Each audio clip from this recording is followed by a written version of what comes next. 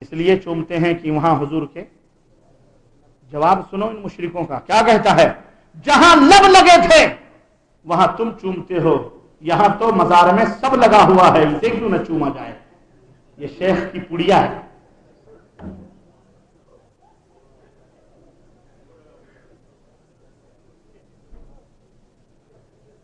حضور نے اور سناؤں، حضور نے حجر چوما، حضور نے حجر چوما، حضور نے حجر چوما، تم اس کو چومتے ہو۔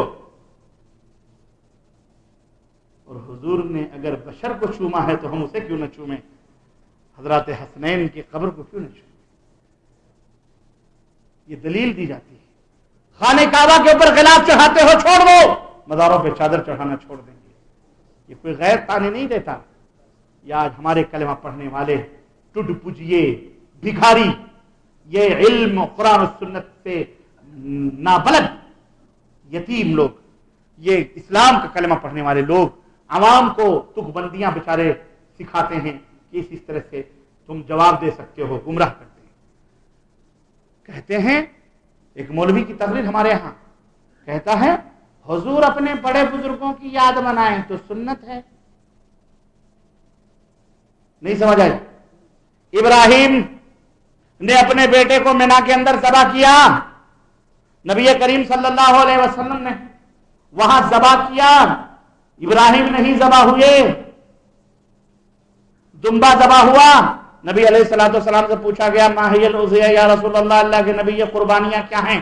نبی نے فرمایا ہذہ سنت ابیکم ابراہیم، یہ تمہارے باپ ابراہیم کی سنت ہے۔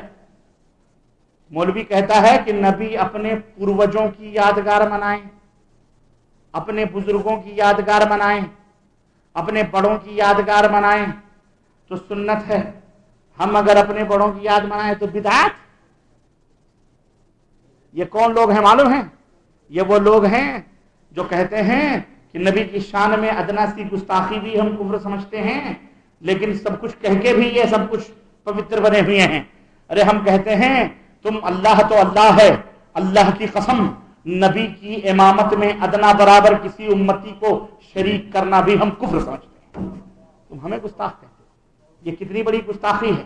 ارے یعنی حضرت نبی کریم ابراہیم کے نام، ابراہیم کی سنت پر قربانی کریں تو کہتا ہے تم اسے جائز سمجھتے ہو۔ ہم اگر محرم الحرام کے کھچڑے پکائیں، حضرت حسین کی یاد منائیں تو شرک اور بدعت کہتے ہو۔ وہاں تو گلا کٹا، وہاں تو گلا بھی نہیں کٹا، ایک قطرہ خون بھی نہیں گرا تو تم ان کی یادگار بناتے ہو۔ یہاں تو حسین نے اپنا گلا کٹا دیا اور پورا کربلا رنگین ہو گیا، اپنے نواسوں کو، اپنے بچوں کو، سب کو کٹا دیا، یہاں تو خون ہی خون گر گیا، ہم اس کی یادگار بنائیں تو ہم کیسے بدعتی ہو سکتے ہیں؟ یہ اور رسول دونوں برابر ہیں؟ بولو، یہ برابری کا دعویٰ کر رہا ہے کہ نہیں کر رہا ہے؟ اس بے غیرت کو کس نے حق دیا یہ کرنے کے لیے؟ اور یہ کون ہے؟ یہ شیعہ کا کلام نہیں ہے، اللہ کی قسم یہ اپنے آپ کو اہل سنت والجماعت کہلانے والے ہمارے ملکوں میں یہ اہل بدعت احناف ہیں، معذرت کے ساتھ احناف ہیں۔ کیا امام ابو حنیفہ رحمۃ اللہ علیہ کا یہی عقیدہ تھا؟ آج جھگڑا کہیں نہیں ہے امت کے اندر، چند مسائل ہیں، لوگوں کو فتنہ بنایا ہوا ہے، یہاں ہاتھ باندھو، یہاں ہاتھ باندھو، یہاں، یہ سب کوئی مسئلہ نہیں، یہ ڈھکوسلے۔ مسئلہ عقیدے کا ہے۔ مسئلہ کس کا ہے؟ تم اپنا عقیدہ صحیح کر لو، عقیدہ صحیح کر لو گے انشاءاللہ سب کچھ صحیح ہو جائے گا۔ ایمان صحیح ہو گیا تو سب کچھ کیا ہو جائے گا؟ انشاءاللہ تبارک تعالیٰ ہو جائے گا، سب کچھ صحیح ہو جائے گا، کچھ بھی کہنے کی ضرورت انشاءاللہ۔ یہ جتنے مظاہر آج بدعملیوں کے نظر آ رہے ہیں یہ سب بنیادی سبب اس کا یہ عقیدہ ہے، اور جب تک عقیدہ صحیح نہیں ہوگا تب تک جنت کے وارث بن سکتے۔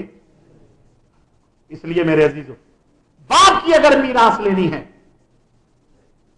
تو پھر تمہیں باپ کے نقش قدم پہ چلنا پڑے گا۔ حضرت آدم سے لے کر کے ابو البشر سے لے کر کے ابو الانبیاء، امام الانبیاء حضرت ابراہیم، اور حضرت ابراہیم سے لے کر کے حضرت محمد الرسول اللہ صلی اللہ علیہ وسلم کا جو سلسلہ ہے، انہی کے ایمان اور عقیدے کے مطابق اپنے ایمان اور عقیدے کو ڈھال لو، انہی کے نقش قدم پہ چلو۔ نہ کوئی مذہب، نہ کوئی مذہبی، ہمارا صرف ایک ہی دین ہے۔ اور اقبال نے کہا تھا کیا کہ یوں تو منفعت ایک ہے، اس قوم کا نقصان بھی ایک ہی سب کا نبی، دین بھی، اسلام بھی ایک، حرم پاک بھی، اللہ بھی، قرآن بھی ایک۔ کیا بڑی بات تھی ہوتے جو مسلمان بھی ایک، کیا بڑی بات تھی ہوتے جو مسلمان بھی ایک۔ فرقہ بندی ہے کہیں اور کہیں ذاتے ہیں، یہ حنفی ہے، یہ شافعی ہے، یہ مالکی ہے، یہ حنبلی ہے، یہ فلانی ہے، یہ فلانی ہے۔ اللہ رحم فرمائے ملک عبدالعزیز رحمۃ اللہ علیہ پر کہ جنہوں نے آ کر کے حرم پاک کو بھی پاک کیا اس بدعت سے، یہ فلانے کا مصلی، وہ ٹھکانے کا مصلی۔ حالت یہ تھی مسلمانوں کے تفرق کی کہ اگر حنفی نماز پڑھ رہے ہوتے حنبلی ان کے پیچھے نماز، شافعی نماز پڑھ رہا ہوتا حنفی ان کے پیچھے نماز۔ حرم میں 4 اذانیں، اقامتیں، 4 امام، چاروں کونوں پر بٹ کر کے۔ اللہ رحم فرمائے ملک عبدالعزیز رحمۃ اللہ علیہ پر کہ جس نے یہ تمام سب بدعتیں ختم کر کے ایک مصلی، ایک مقام، جس کو اللہ نے فرمایا وَاتَّخِذُوا مِن مَّقَامِ إِبْرَاهِيمَ مصلی۔ نبی کو اللہ نے فرمایا اے میرے نبی، بلکہ اے میرے نبی کے ماننے والوں، اتخذوا من مقام ابراہیم مصلی، مقام ابراہیم کے پیچھے وہی نماز پڑھنے کی جگہ بنا لو۔ لوگوں نے 4 کے چکر میں چوپٹا ناس کر دیا تھا، ہاں، اور خود چوپٹا ناس آج بھی ہیں۔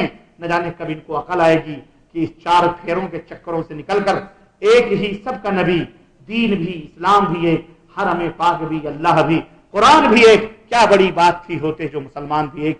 فرقہ بندی ہے کہیں اور کہیں ذاتیں ہیں، کیا زمانے میں پنپنے کی یہی باتیں ہیں؟ یوں تو سید بھی ہو، مرزا بھی ہو، افغان بھی ہو، تم سبھی کچھ ہو، بتاؤ کہ مسلمان بھی ہو نکو نام جو قبروں کی تجارت کر کے کیا نہ بیچو گے جو مل جائیں سب پتھر کے۔ میرے مسلمان بھائیوں، تھوڑا کہنا زیادہ سمجھنا، میں آپ کا زیادہ وقت نہیں لینا چاہ رہا، وقت ہمارا بھی ختم ہو چکا ہے۔ بس یہی پیغام ہے، یہی مکے کی اس سرزمین سے تمام عالم اسلام کے مسلمانوں کو، آپ کو یہی درد اور یہی پکار دے کر کے جا رہا ہوں کہ لوگوں ایک بن جاؤ، ایک ہو جاؤ تو بن سکتے ہو خورشید مبین، ورنہ ان بکھرے ہوئے تاروں سے کیا بات بنے۔ اور یہی بات اللہ نے فرمائی ہے قرآن کریم میں، یا ایھا الذین آمنوا اتقوا اللہ حق تقاتہ، اے ایمان والو اللہ سے ڈرو جیسا کہ ڈرنے کا حق ہے، ولا تموتن الا وانتم مسلمون، اور جب تم مرو تو اس حال میں مرو کہ تم مسلمان ہو، واعتصموا بحبل اللہ جميعا ولا تفرقوا، اور اللہ کی رسی کو مضبوطی کے ساتھ تھام لو، ولا تفرقوا، اور فرقہ گروہ ایک بنو، ایک ہو جاؤ گے تو نیک ہو جاؤ گے۔ اللہ ہم سب کو جنت الفردوس میں جگہ عطا فرمائے، ہمارے ماں باپ کو جہنم سے آزاد فرمائے، ہم سب کو مکے کی اس سرزمین پر جہاں بڑے بڑے کفر، بڑے بڑے بت پاک و صاف ہوئے اور ایمان کی آغوش میں سانسیں لی، اللہ ہمارے بھی ایمان میں تازگی عطا فرمائے، ہمیں بھی تجدید ایمان کرنے کی توفیق عطا فرمائے، اور ہمارے بگڑے ہوئے، ہمارے گمراہوں میں پڑے ہوئے، فرقوں میں بٹے ہوئے ان مولویوں کو، شیخ الحدیثوں کو، عالموں کو اللہ تعالیٰ انہیں ہدایت عطا فرمائے۔ اے اللہ ان علماء کو ہدایت عطا فرمائے، اے اللہ ان مفتیوں کو، شیخ الحدیثوں کو، پیروں کو اے اللہ انہیں ہدایت عطا فرمائے۔ اے اللہ یہ سدھرے تو قوم سدھر جائے گی، اور یہ بگڑے تو قوم بگڑی ہوئی ہے۔